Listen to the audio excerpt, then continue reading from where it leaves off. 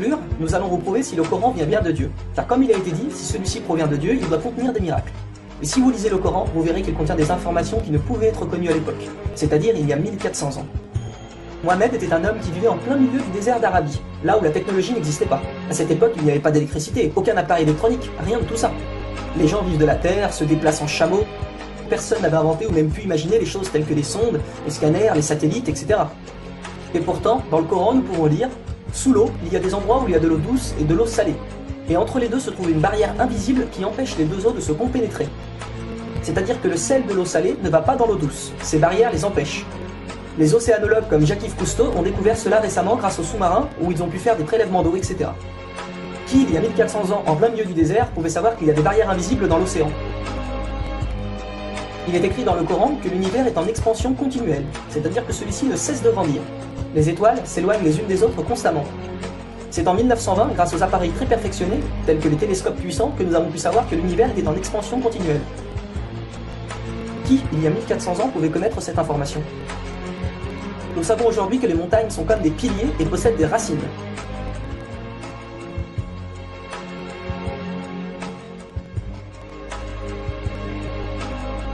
Sans les montagnes, il y aurait très fréquemment des tremblements de terre. Nous savons grâce aux récentes découvertes qu'elles servent à la stabilisation de l'écorce terrestre. Qui, une nouvelle fois, il y a 1400 ans, pouvait savoir que les montagnes étaient ancrées comme des piliers et que ceci servait à la stabilisation de l'écorce terrestre? Il est écrit dans le Coran que Dieu a créé les 7 cieux et la terre par le même nombre, c'est-à-dire 7. Nous connaissons aujourd'hui grâce aux sondes qui vont sous terre que la planète possède 7 couches terrestres. Le noyau interne solide, le noyau externe liquide, la couche D, le manteau inférieur, puis le manteau intermédiaire, le manteau supérieur et la lithosphère. Qui, il y a 1400 ans en plein milieu du désert, pouvait savoir que la Terre possédait 7 couches? Il était impossible de connaître cela sans la technologie récente. Il est aussi mentionné que les plantes ont des sexes, mâles et femelles. La découverte de la sexualité des plantes fut réalisée par Rudolf Jacob Comé-Marius entre 1660 et 1720. Le Coran explique étape par étape l'embryologie, c'est-à-dire comment un enfant se développe dans le ventre de sa mère. Le professeur Ketmour, qui a aussi le prix Nobel au Canada de l'embryologie, a confirmé que cela se passait exactement comme indiqué dans le Coran, et a affirmé que ces faits ne pouvaient être connus il y a 1400 ans, et que par conséquent, ces informations avaient été révélées à Mohamed par Dieu. Un exemple, le Coran explique qu'à un moment, le fœtus a la forme d'une sangsue dans le ventre de sa mère. Et si on regarde des images des scanners, nous nous rendons compte que l'embryon a exactement la forme d'une sangsue et qu'il s'accroche à une paroi du corps comme le fait une sangsue. Le mot le plus adapté pour décrire cela est sangsue. Vous voyez comment les versets coraniques s'accordent parfaitement avec la science d'aujourd'hui? Pour savoir cela, il a fallu attendre l'arrivée de scanners, de caméras, etc. Qui, il y a 1400 ans, pouvait décrire en détail les étapes de l'embryologie? Pour ceux qui pensent que le Coran copie certaines civilisations, il faut savoir que certaines personnes auparavant avaient fait des suppositions et avaient pensé des choses qui se sont révélées vraies, mais ont aussi fait énormément d'erreurs, et que soi-disant le Coran les avait copiées. Donc par exemple, si vous prenez un mauvais élève qui copie sur un bon élève, si le bon élève a 18 sur 20, est-ce que le mauvais élève va avoir 20 sur 20? Non, bien sûr que non, car le mauvais élève aura copié les bonnes comme les mauvaises réponses, donc il aura aussi 18 sur 20. Alors si soi-disant le Coran copie les civilisations ou peu importe, comment se fait-il que le Coran extrait le vrai du faux? De plus que ces quelques civilisations ne faisaient que des suppositions. Or Mohamed affirme être sûr de tout ce qu'il dit. Le Coran contient plus de 500 versets dus à la science, sans aucune erreur ou contradiction. Et la technologie d'aujourd'hui ne vient pas contredire, mais confirmer tous les versets un par un du Coran.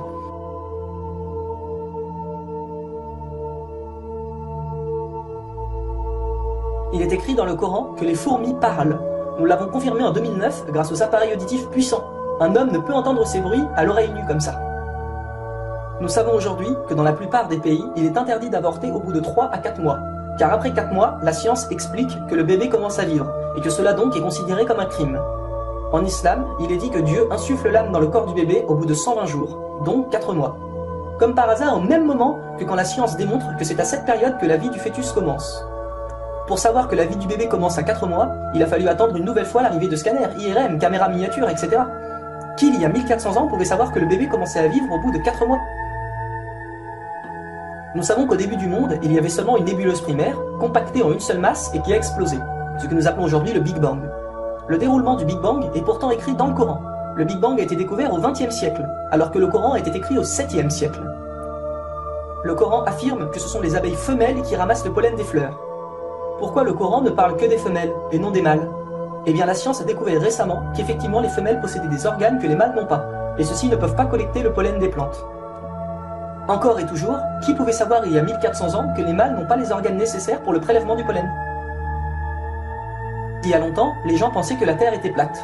Ce n'est qu'en 1577 que Francis Drake fait le tour de la planète et prouve que celle-ci est ronde. Le Coran, environ 1000 ans plus tôt, affirme que la Terre est ronde, mais ne s'arrête pas à ça. Pour donner un exemple, il est dit que la Terre ressemble à un œuf, mais pas n'importe quel œuf, celui d'une autruche. Et si vous regardez un œuf d'autruche, vous verrez qu'il n'est pas tout à fait rond, mais qu'il est aplati en haut et en bas. Celui-ci est de forme géosphérique. Et nous savons aujourd'hui que la Terre non plus n'est pas tout à fait ronde, mais qu'elle est aplatie au niveau des pôles. Et donc qu'elle est également de forme géosphérique. Qui, il y a 1400 ans, pouvait savoir que la planète Terre était géosphérique? Il a fallu attendre les satellites pour sortir de la Terre pour se rendre compte de cela. Soyons honnêtes, qui, il y a plus d'un millénaire, pouvait faire toutes ces affirmations, sans aucune technologie? Rendez-vous compte, à cette époque-là?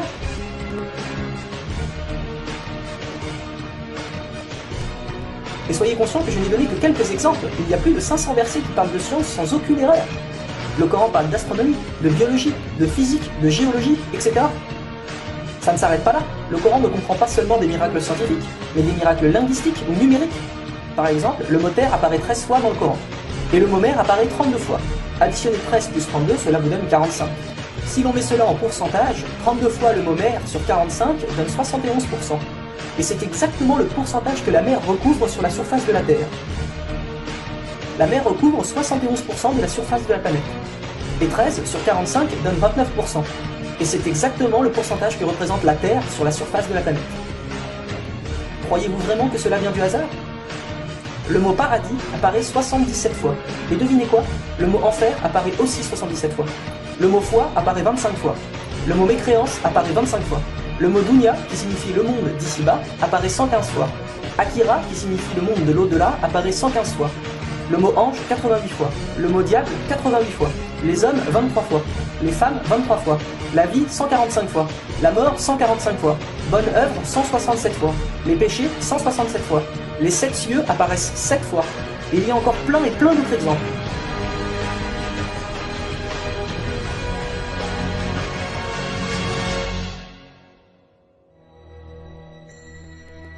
Le Coran est d'une beauté incomparable. Dans la langue originale, c'est-à-dire en arabe, environ la moitié du Coran rime. Le Coran contient des palindromes. Un palindrome est un mot qui veut dire la même chose si on le dit à l'envers. Par exemple, Bob, à l'envers, vous aurez toujours Bob. Ou kayak, à l'envers, vous aurez toujours kayak. Un mot comme ça peut se trouver, mais une phrase entière, cela est quasiment impossible. Ou alors votre phrase ne voudra rien dire. Mais non, le Coran possède des phrases entières en palindrome, et ces versets ont un sens très profond. Le Coran ne possède aucune contradiction ou erreur. Je vais donner un dernier exemple avant de conclure. Vous allez vous rendre compte de l'extraordinaire précision du choix des mots. Dans un verset, Dieu dit qu'il n'a pas doté l'homme de 2 cœurs. Pourtant, un peu plus loin, Dieu parle aussi des femmes. Alors pourquoi il ne dit pas « je n'ai pas doté l'être humain de 2 cœurs » ? Pourquoi ne parle-t-il que des hommes, puisque les femmes sont mentionnées après? Quand nous lisons tout le passage, nous nous rendons compte que Dieu ne parle pas au sens littéral, mais au sens figuré. Il explique que l'homme ne peut pas être croyant ou non-croyant. C'est l'un ou l'autre, les deux ne peuvent pas coexister. Ou on a la foi, ou on l'a pas. Mais si nous prenons ce verset au sens littéral, est-ce vrai? Oui, bien sûr, l'homme ne possède qu'un seul cœur. Mais pour les femmes, elles peuvent être enceintes, n'est-ce pas? Et quand elles sont enceintes, combien de cœurs possèdent-elles? Vous vous rendez compte de ça? Si Dieu avait mis l'être humain au lieu du mot homme, un petit malin aurait pu dire « Hé, il y a une contradiction. Si on prend cette phrase au sens littéral, la femme peut avoir 2 cœurs quand elle est enceinte. » Mais non, même au sens littéral, cette critique est impossible. Que ce soit au sens littéral ou figuré, le Coran est inattaquable. Rendez-vous compte de la précision des mots. Il y a encore plein d'autres choses, mais cela prendrait énormément de temps de tout mentionner. Si cela vous intéresse, il existe de nombreuses conférences réalisées par des savants qui ont été filmées et qu'on peut trouver sur internet, telles que la parole divine de Nouman Ali Khan. Vous avez bien la preuve que le Coran ne peut que venir de Dieu et non d'un être humain. Comment se fait-il que la technologie d'aujourd'hui, la plus développée qui soit, ne puisse créer un seul animal ou plante? Ce que Dieu a créé, nous sommes incapables de le réaliser. Tout ce que nous construisons ne sont rien en réalité face à la nature. Dieu dit dans le Coran, pour ceux qui recherchent des preuves, regardez autour de vous, regardez la nature, l'être humain, l'eau, le soleil. Il y a là des preuves pour ceux qui réfléchissent.